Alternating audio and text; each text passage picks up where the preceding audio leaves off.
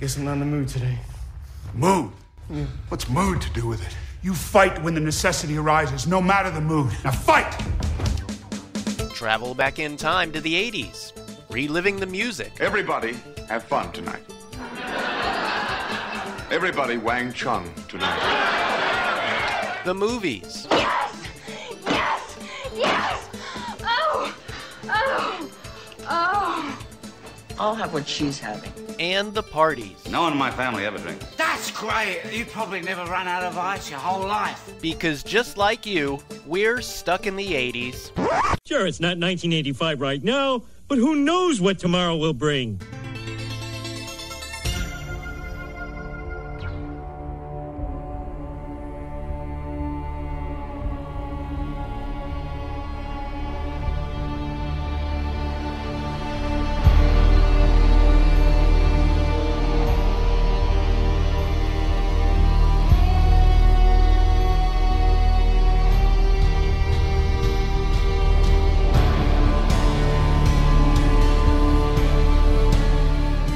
Hey, welcome to Stuck in the 80s. It's your friend and head of House Atreides, Brad in L.A.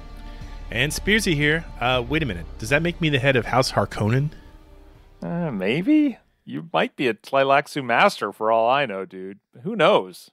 Anyway, this is our special review of the remake of Dune. You have much to learn. I will show you the ways of the desert. This episode of Stuck in the 80s is sponsored by the Spacing Guild, folding space for you since the fall of the thinking machines.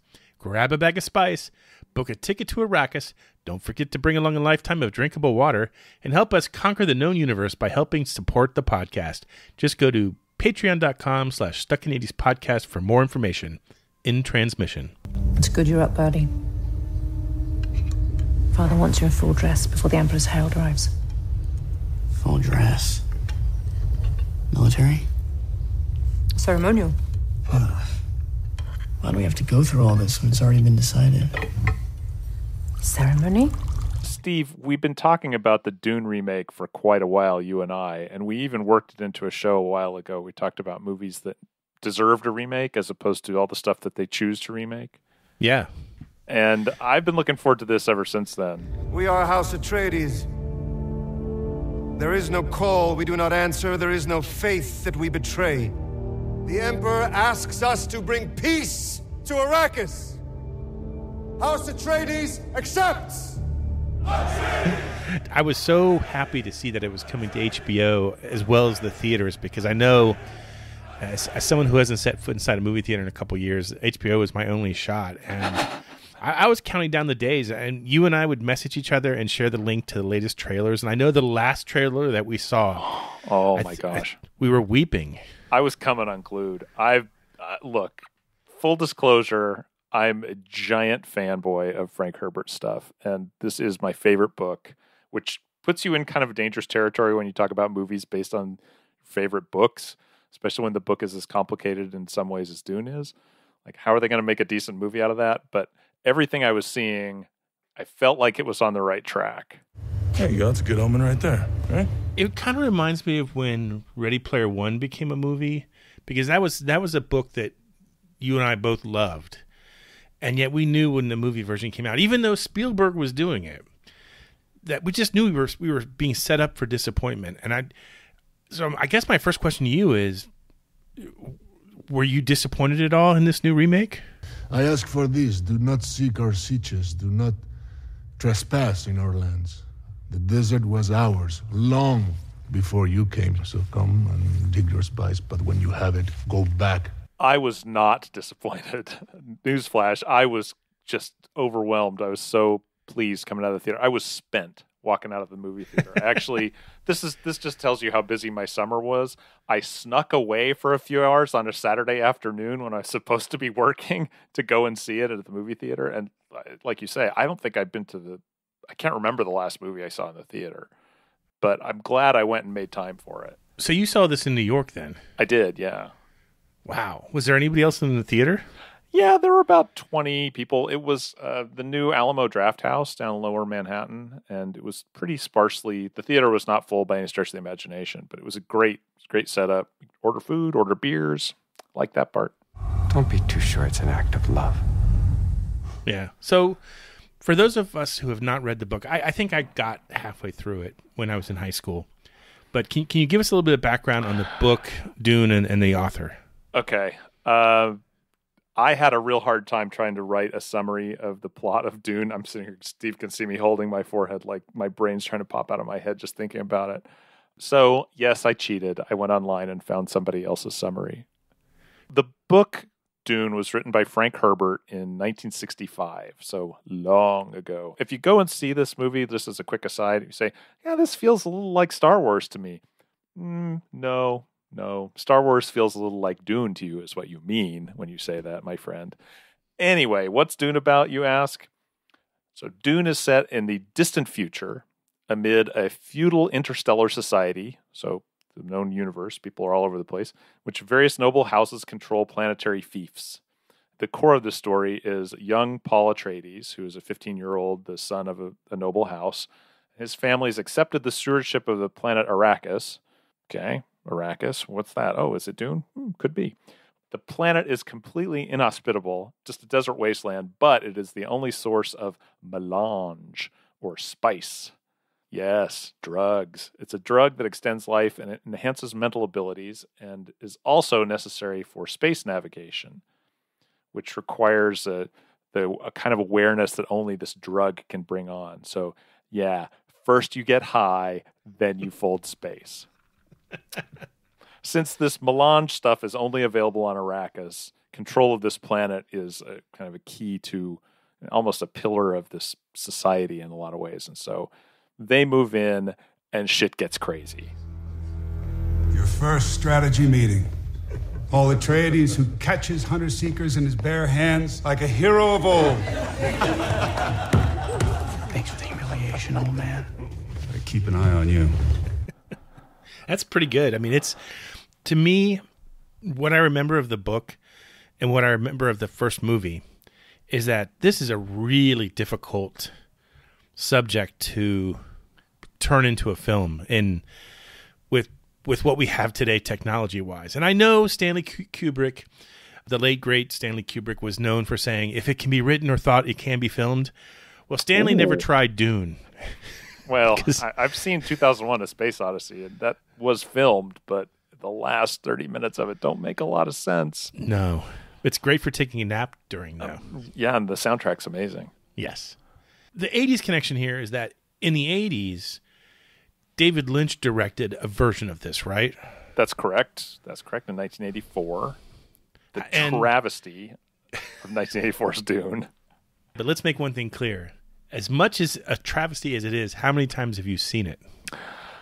You got me there. I did not like it at all when it came out, and it made me angry for probably 20 years before a friend of mine was like, you're coming at this wrong. You need to appreciate this for the goofiness that is present, not be angry for the things that it is and is not. So now I can watch it and enjoy it. Father, the sleeper has awakened. But at the time, it just made me so mad. In some ways, the movie broke my heart because I was so excited for this film version of a book that I loved. And the problem with the 1984 version is it kept enough of the story's complex nature to just confuse people who didn't know the source material. But then it added in enough, like, let's make this an action movie kind of weird stuff to make people who knew the source material really angry too. So basically everybody left mad. Goodbye, young human. I hope you live. It's like I said, now I can kind of enjoy it. It's a silly take. But we watched it at on our bachelor party. We did. Or, well, it was on anyway while we were drinking. I didn't take the time to look up the quote, but there was a great review from, I want to say it was in the New York Times at the time, that talks about many of the characters in this movie are prescient and can see the future, which gives them the benefit of knowing what the hell is going on. It also has Sting in a metal bikini, so how bad can that be? He was not great in the first movie. No, I'm sorry. He's stiff. No. He's as stiff as the metal bikini that he's wearing. Well, interesting. Well, that Trudy must have been wrong. very excited for him to get home from the set. Don't poke me with that thing. When we found out that a new version was coming, we were obviously, you had to be a little skeptical.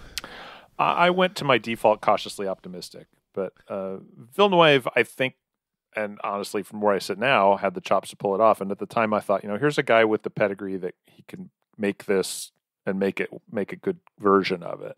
Did he do the sequel Blade Runner? Yeah, he did the Blade Runner sequel, exactly.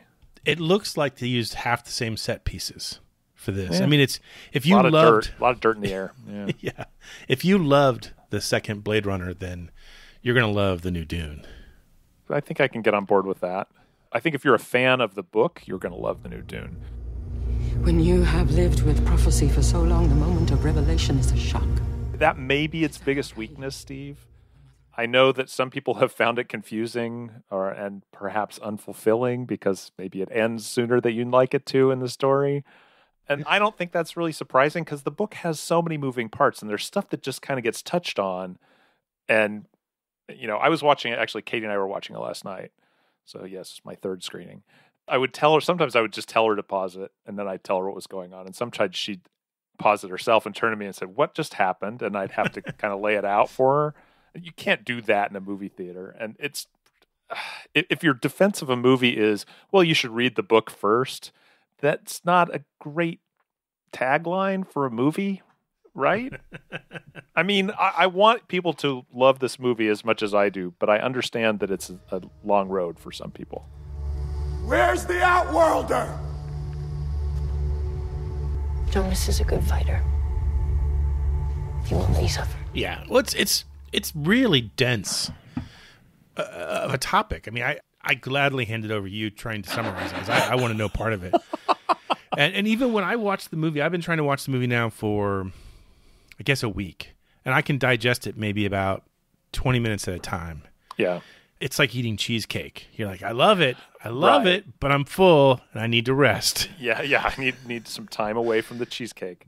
There's a lot there, and I think that perhaps if you're in a place where you're thinking, I may be more confused by this than I want to be, it might be better to wait until the second film is out and watch them together. Although that might take you all of a weekend, the way that the runtimes are on these things. Yeah. God, can they even finish it in another movie? Or will it take 2 more movies? I mean, you got some religion, you got some ecology, you got the economics of scarcity, you got gigantic worms belching psychotropic drugs, some murderous sword fighting and weird death cult warriors and, you name it. Oh, and drinking your own sweat and urine that's been recycled by a weird plastic bag suit that you wear everywhere. I wish I could wear that to bed every night. It would really prevent some bad mornings. Jesus. If you're not convinced, if what we're saying here just seems like, well, they've made no compelling case yet for me to watch it, consider the cast. When I first watched it, I'm like, these faces look familiar. That can't possibly be so-and-so. And the answer is usually, yes, it is. So, I mean, Oscar Isaac is in it, from Star Wars. Jason Momoa, who's been in everything lately. Yeah. Stellan Skarsgård is one of the villains, and he's a little hard to recognize at first until he starts talking. Then until you're like, you hear his voice, yeah. Dave Bautista, and I know people are like, the jury might be still out on Dave Bautista, but I like him, and he's good in this movie. Javier Bardem is in it. He's got kind of a small part in this one, but it's going to be a bigger part in the next movie. Same with Zendaya. Yeah. There were a lot of fans that were upset that she didn't get more screen time, but her part's really important. It's in the second part. Timothée Chalamet plays the lead, and when I'm looking at him on screen, I'm like, I know the face, but I can't recall the roles. And so I looked him up on IMDb. Mm-hmm. I'm sorry, folks. I just don't I don't watch too many movies in theaters, and there's just a lot of movies that if it falls into a certain genre, I'm really not interested. Yeah, I mainly remember him from Lady Bird. Yeah, Lady Bird is the big one. He's been in a ton of movies. He's great. And when I first saw him as Paul Atreides, I'm like, I don't buy it, but he fits into the role as it goes. Yeah, and remember that I'll keep going back to this. In the book, the character's 15. So having it be a scrawny teenage kid, that's about right. Mr. Chalamet, I don't mean to call you scrawny in a bad way, please. Don't send anybody after me, but I mean, I haven't been that scrawny since middle school. I'm looking more like Skarsgård these days, but that's okay. Are you covered in oil? It feels like it. So I'm on the last week right now of living alone before I go up to New York. We'll be up there for 2 weeks getting ready for the wedding, and then we're married and everything. So I'm literally in the last. I have 5 nights left. Wow, being alone. So if you're asking if I'm covered with oil, yes, it's from a variety of fried food products that I've been. And last night I made burgers for my neighbor who's house sitting, and then. I guarantee you there'll be Chick-fil-A involved this week and all the usual suspects. Oh my God. What's the suit called that the Fremen wear? The still suit? Still suit? I'm telling you, I might need one. I'm sorry. Tell you what, just drink water, Steve. It'll be easier. What? Just drink water. You don't have to recapture your body's lost water. You don't live on Arrakis. No. Well, you've not lived in Florida though. So That's it's about true. the closest thing to it. You should be out here this hour of the day. They're out here. Fremen pilgrims. They don't care about heat stroke. What are you talking about? You could basically use a straw and drink the air in Florida most of the time. That's probably true. I don't know why I'm so laughy right now. I don't either. So tell me, what'd you think of the ending of the movie, Steve? Well, so here's what's funny is I'm watching. I had made it my mission to finish it today before we recorded the podcast. Thoughtful. And I'm sitting there, and it's like at one point I looked up, and I'm at the halfway point, and it's almost 3 hours long, right? 2.5, yeah. Yeah, and so I'm like, okay, I did not know how it ends. I just figured it was like the book or the movie. And I'm sitting there and I'm like, okay, this has been good so far. And then the next thing I know, there's 20 minutes left. There's no way we can pack all that in 20 minutes. I'm like 20 minutes. And I texted Brad. I'm like, what the f***? There's no way this is going to wrap up in 20 minutes. And I'm like, is there going to be a sequel? Because this is just as it's really getting interesting, it ends. I have to tell a story about Katie. And when we went to go see the first Lord of the Rings movie, as the credits are starting to roll, in the Fellowship of the Ring, she turns to me and says pretty loudly in the movie theater, "You mean they don't throw the ring in the volcano?" 2 more movies, sweetie. 2 more movies.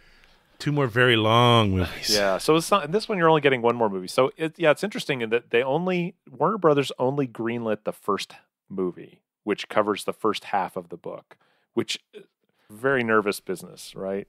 Either you're going to do it or you're not. And the movie has done, maybe it hasn't done gangbusters, but it's grossed $330 million worldwide. It opened internationally before it opened, most places before it opened in the United States, but it's grossed, I think, 80 million, maybe 85 million in the U.S. It actually grossed more its opening weekend than the 1984 version did, period. Commercially, it's doing okay, and Warner Brothers greenlit the second half. Bless the maker and his water. We're very happy about that. But it ends at a natural kind of inflection point in the book. I understood why they ended it there. And I had a similar situation in the theater where I'm like, okay, they've got 30 minutes left. They're not going to be able to get that scene in. There's no way they can set that up and have it go to resolution and then roll credits in the amount of time we have left. But they did. And I was pretty happy with it. Like I said, I walked out of that theater I was spent. Do not run. You will only waste your body's water. Oh. Because I realized I'd basically been holding my breath for the better part of 2 hours. Oh my gosh, am I seeing this? I'm seeing this. This is the thing I've been waiting to see since I was 15 years old. Yeah. It is not a Star Wars movie. There are no Muppets. It is not. This is not light science fiction. This is not Ice Pirates. Although that does deal with water and scarcity. Yeah, oh my God, Ice Pirates is possibly a satire of Dune, if you think about it. Oh my gosh, I need to watch that again. Is that Robert Urich? Yeah, it's on Hulu right now, as we'll talk about when we get to 80s Obsession. Huh. Okay. But before we get to 80s Obsession, we have to get to the Seggies.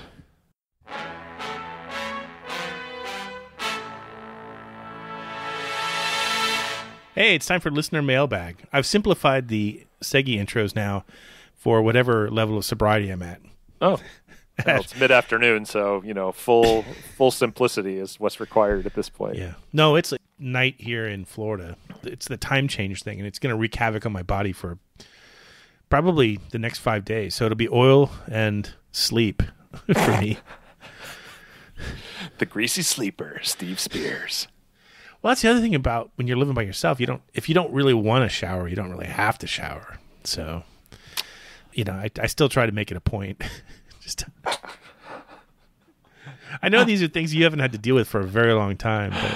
Well, it was funny because coming back from New York, Katie and I looked at each other and were like, we're going to have to learn how to sleep with someone else in the bed again. Oh, yeah. Jeez. So. Well, do you... Go ahead. Ask it.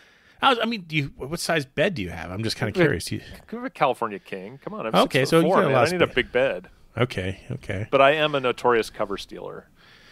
So you don't have separate blankets or anything? No, and I tend to roll away from the center of the bed, so I tend to take the covers with me when I go. Oh, okay. I highly suggest separate blankets. Oh, it's working fine for me. I don't have a problem. Yeah, I'm not worried about you. I have all the covers I need. We have future wife and I do separate blankets, and that works. I'm somewhat controlled by the fact that I'm hitched to a CPAP machine, so I can only roll over so far, and then suddenly it's like either the mask comes flying off my face, or I yank the CPAP machine onto the bed, and we get doused with water. So, yes, the joys of sleep apnea. Good times. Well, hopefully you sleep better with that thing on. Well, I snore less, apparently. That's good. So that's good. Anyway, last show, I remember Mr. Whiskey was one of the contenders. Yeah, we got a correct answer from Mr. Whiskey. And I remember commenting at the time, we haven't heard from Commander Bourbon in a while. Well, this week's letter is from Commander Bourbon. What are the odds? It's amazing what you can do if you really will yourself to it. Why don't you go ahead and read it, Brad? Here we go. Use Commander the Bourbon voice. Writes, yes, I will use the voice on this letter. Hey, guys. Hey, guys. Just dropping you a note to throw another 80s obsession your way. I know you've done the 80s obsession thing the last couple of episodes, so if you want to hold this one for a while, that's cool. Nope, we're using it now. Oh, we're doing it now. Here we go. Taking a break from my usual 80s playlists during my walks, I rediscovered some of my favorite 80s stand-up comedy albums. Top of the list is Robin Williams' Reality. What a concept. Okay, technically it's from 1979. We will issue you the standard disclaimer, Commander Bourbon. Your waiver is granted. It is in. Some of my favorite sketches were the Soviet suppressions of Nicky Lennon, Reverend Ernest's Angry Temple of Comedy, and the Shakespearean play based on 3 Mile Island, a meltdowner's nightmare. He was such a genius with improvisation, moving from character to character, sometimes every few seconds. Yeah, wow. I don't know how he does it. Cocaine. Yeah, okay. That's probably part of the mix. The only downside is that a few of the jokes are obviously visual, so you sort of have to mentally fill in what was happening on stage. But you can usually get enough context from the audio where it's not too much of a problem. As far as I know, there isn't any video footage of the show. Another favorite is Richard Pryor's Here and Now. Most of his material is drawn from his life, which can be pretty raw. Not really for folks with, quote, delicate sensibilities, unquote, but hilarious for the rest of us. His Live on the Sunset Strip album is pretty good, too. 80s comedy albums might be a good fodder for a future podcast if it hasn't already been done. I wouldn't be surprised if it has. Still stuck in the 80s, Commander Bourbon in Maryland. God, I love that handle. Of course you do. I've been trying to think of other ranks in the Army. Could have Sergeant Sour Mash. I don't know what the other one's at. That's the only one I've got. I got to admit, okay. I spent about 10 seconds pondering this. We'll fill out the rest of it until we get up to the top, General Mayhem. Yeah. To answer your question or query, I guess, we did cover some of Eddie Murphy's records in a previous show, episode 229 back in 2011. I think that's pre-Brad. It is, yeah. We celebrated Eddie's 50th birthday, I assume, and we replayed some of our favorite comedy routines, and we named top 5 movies that he appeared in. Okay. I have zero recollection of what movies we named. I do remember most of the routines were from the album Delirious. So sure. Because that was the HBO special that got him so much. Yeah. And then if Trading Places wasn't on that list, we're going to have words. Oh, I'm sure it was. I'm going to guess there's Trading Places, Beverly Hills Cop, Coming to America. 48 Hours, Coming to America, and The Nutty Professor, obviously. No, I mean, I guess if you're looking at only the 80s, I think you'd have to say, well, I don't know, Golden Child. I mean, it's better than. I mean, let's face it. He made some dogs. Was he in Best Defense? Yes, he was with Dudley that's Moore. Yeah, that's anyway. Unwatchable. I never thought about doing comedy albums of the 80s. Did you own many, Brad? Was that one of your things? I remember owning. Actually, I had some Bill Cosby records, although those were probably from the 70s. But Steve Martin definitely had Steve Martin's albums. Yeah. I had Bill Cosby's himself, which was from 82. The How Long Can You Tread Water routine. Ha, ha, ha, ha, ha, ha. What else did I... And I remember borrowing a lot of Cheech and Chong albums from my friends. Okay. Yeah. I could do the whole Dave's Not Here skit. Sure. I had to. It's a classic. Who is it? It's Dave, man. Will you open up? I got the stuff with me. Who? Dave, man. Open up. Dave? Yeah, Dave. Come on, man. Open up. I think the cops saw me. Dave's not here. But yeah, it's not a bad idea. We'll put it in the hopper. Yeah. The hopper's getting full. Anyway, if you have a letter, always please email us at podcast@sit80s.com.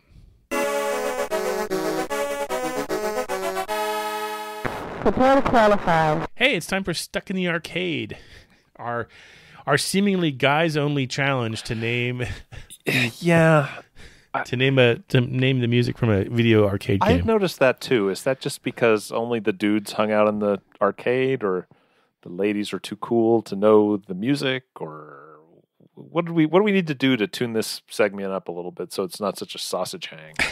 I don't know. Please write in with suggestions, listeners. I thought I would make it easier this week because I picked an easier sound. Because when you normally pick them, you pick something that not only I don't recognize it, I don't even recognize the name of the game when you tell me what it is.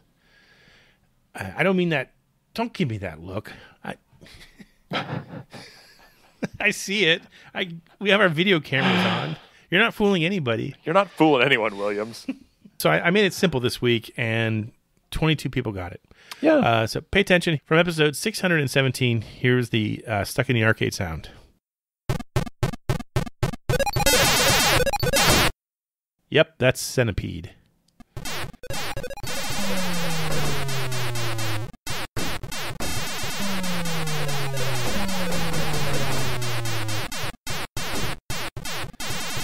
Easy, right? Yeah, I love this game. I played a lot of Centipede. Had the trackball, right? Yeah. Yeah, and the fleas dropping down on you and the spiders hopping around. I intentionally picked this one because I thought this was... I'm not trying to be sexist here or anything. I thought it was a more accessible game that maybe more females would have played. Sure. Maybe some of these names are female. But Brad's got the time, and Brad's going to pick an obscure one this week anyway, so he gets the pleasure of reading 22 names. Oh, here we go. This week's winners include Cincinnati Joe, Donnie Gettle, rhymes with AstroTurf, Brian with an E in Boulder, Brian Pond, Chris Deep Cut Sampson, Stony Stitt, Alpha Geek, Ardwolf Commodore 64 Will. Okay, Will, if you say so. Carlos in St. Louis, Blue Fest, Tommy Gisette in Boston, Alan, be careful and don't mispronounce my last name, Colin in Arkansas, Don Hammock, Dan in Omaha, Kevin, can you dodge a wench? Alejandro, Mr. Walexo Roberto Cardoso from Tijuana, Mexico, Jeremy, Who Shot JR, Rodwan in St. Pete, and the Tromboner. I've missed the Tromboner. Have you? How does the future wife feel about the Tromboner? She was never one for, it's not a woodwind, is it? Musical interludes. It's a brass instrument. Do you have a go-to Sirius station or playlist that you play during sexy time? No. But thank you for asking. Well, now I'm very curious about yours. No, well, then neither do I. No, of course not. I was just taking a survey. Yeah. Okay, spin the wheel. Let's find out who's going to take home the... I haven't had a chance to say this in a while. Who gets to take home the postal-friendly bottle opener? And you're back in LA now, so you can send these out. I can mail them out. I know. I need to go to the office supply store and get some envelopes. I'll do it tomorrow. Okay, here we go. I'm going to spin that wheel like nobody's spun it since a couple of weeks ago. Oh, nicely done.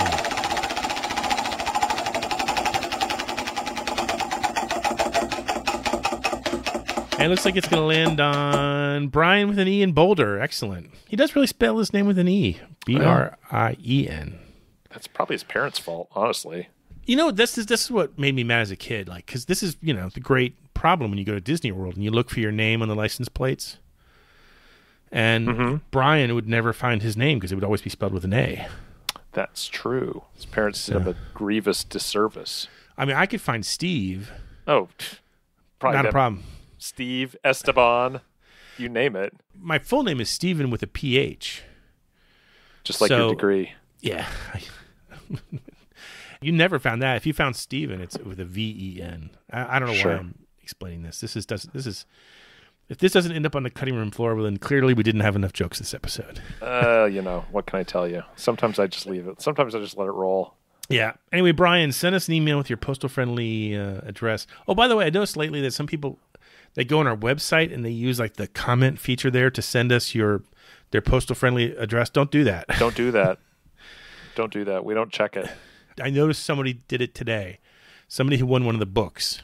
You got to email us at podcast@sit80s.com. Otherwise, could we be any clearer? It'll be months before we look. It just doesn't pop up. Ask Mr. Tromboner about this. It's true. I don't know what I'm saying. Anyway, pay attention. Here's Brad's mystery clip for this week. Yep, clueless. But if you know it, email us at podcast@sit80s.com. Oh, that hurt. I feel like... Am I warm, Brad? Can you tell? You look to be glowing a bit, yes. Yeah, it's the oil. Anyway, tune in. I don't know, probably after I get married to find out if you're a winner. We'll be right back after this commercial break. Miss Henderson, Thomas says you've got a secret formula for fried chicken. Do you? You mean Wessonality. Wessonality? That means chicken fried in Wesson oil tastes light and delicate outside, juicy inside. It tastes terrific. But what's the secret? Wesson lets you fry at the right temperature so you get a quick crust that seals in juices. Delicate outside, juicy inside. That's Wessonality. Is it okay if I tell my mom? Hey, we're back, and only because it's become a ridiculously easy habit, it's time to play What's Your 80s Obsession? Brad, what's your 80s obsession? Okay, Steve, my 80s obsession this week is, surprisingly, Pac-Man. Really? Do tell. Never was a big Pac-Man guy, although, as we talked about, we did have a lot of fun playing the battle mode Pac-Man at that arcade for your bachelor party. So, just to tease an upcoming show, there is a new coffee table book out on Pac-Man, the history of the game, kind of its roots and how it became popular and how it became such a big pop culture phenomenon. And I got a review copy the other day, and I mean, it's this huge thing, enormous tome on Pac-Man, which to me it was kind of blew my mind. Like, how could there be this much information? But of course there is. It's a phenomenon. Sure. So I've been diving into this book to get ready to talk to the authors about it. Have you gotten to the part where they talk about how it was supposed to be called Puckman? That has been mentioned, yes. And the reason they didn't do it? We're back to the playlist. That's good. So here's my 80s obsession. Like I mentioned, 5 days left of man cave time. I can watch whatever I want to on television. Lately it's been a lot of Hulu, and what I've discovered is Hulu's just they're going all in on the 80s movies right now. So the other night I was on, and I saw that Over the Edge, which is actually 1979, but I think of it as an 80s movie, is on there. And you never get a chance to see Over the Edge, but it's there. Matt Dillon's Remind me of the movie. plot of Over the Edge? It's based on a real-life story of a planned community out west. Oh, yes. I'm like, I know this. They didn't accommodate for the fact that a quarter of the population were teenagers. And there was no idea of let's build them a bowling alley or a roller skating rink or anything. And so you leave a bunch of teenagers with nothing to do. What happens? Problems. Sex and drugs and rock and roll. Yeah. Back to Great the playlist. Soundtrack. Yeah, very good playlist. So that's available. Ice Pirates, as we previously mentioned, is available. All the Star Trek movies from the 80s, The Untouchables, Girls Just Want to Have Fun, Heathers. And the other thing I noticed lately, so I've been kind of going through them all. You know, not the Untouchables. I've seen that enough times now, but you can never see Ice Pirates enough times. So, really, should I watch it? No, I think it's one of those ones you just if you get really liquored up, then maybe. It's no Kroll. Oh God, I love Kroll. I would if that were on right now. You know, podcast over. But also, if you go to HBO, which is where Dune is, by the way, nice little crossover. Ooh, I noticed that they have a remake of Head of the Class, which I don't know if you remember that, but it was a TV series that ran on ABC from 1986 to 1991, and it starred Howard Hessman as a teacher of a class of gifted students. His goal is to make them focus as much on life as it is as they focus on their books. It was a really cute, for lack of a better term, series in the late 80s. It's nice to see that somebody wants to do a remake of it. That being said, I watched the first 45 seconds and I had turned it off. Wow. All that setup to and I couldn't take it. Well, you know, sometimes it was just too good for me. I'm not worthy of that material. I couldn't be in its presence. I don't know if the idea, I mean, these days it's like you've got to get a near perfect 4.0 to get into a decent college. A little too earnest, maybe. Yeah, I don't know.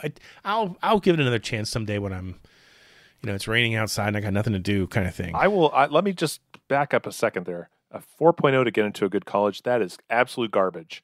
There is a college out there that is a good fit for any kid that wants to go to college. You think? Absolutely believe that in my heart. So parents whose kids are applying to colleges, be of good faith. Not everyone's getting into Harvard. No, I'm just saying, I could not get into the school that I got into today. You're comparing apples and oranges. You're taking your 80s I'm high comparing school a young career. apple to an old apple. You're talking your 80s high school experience. Yeah. And trying to map it into a current college admissions environment. And I don't think that's fair to you or the college environment. I don't understand that, but I appreciate the sentiment. Anyway, Dune is out there. Wow. Sorry for that one. Okay, and we're back. There's a reason why I barely got into college in the first place. And why you know the difference between begs the question and raises the question. It's an important distinction. I will do neither at this point. I will just mention that Dune is on HBO for how much longer we do not know. HBO is kind of weird about these things. I think late month. I think it runs through maybe the weekend before Thanksgiving, before it disappears off HBO Max. So we better get the show online soon. So, you know, go give it go put your eyeballs on it. And if you hate it, then blame Steve. And if you love it, then credit me.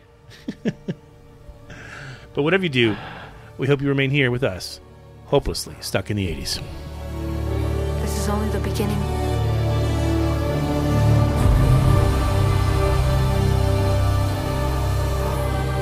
Stuck in the 80s is now on Patreon. If you'd like to support the show, go to patreon.com/stuckinthe80s podcast. Special thanks to Check Battery Daily for our theme music, and thanks for listening.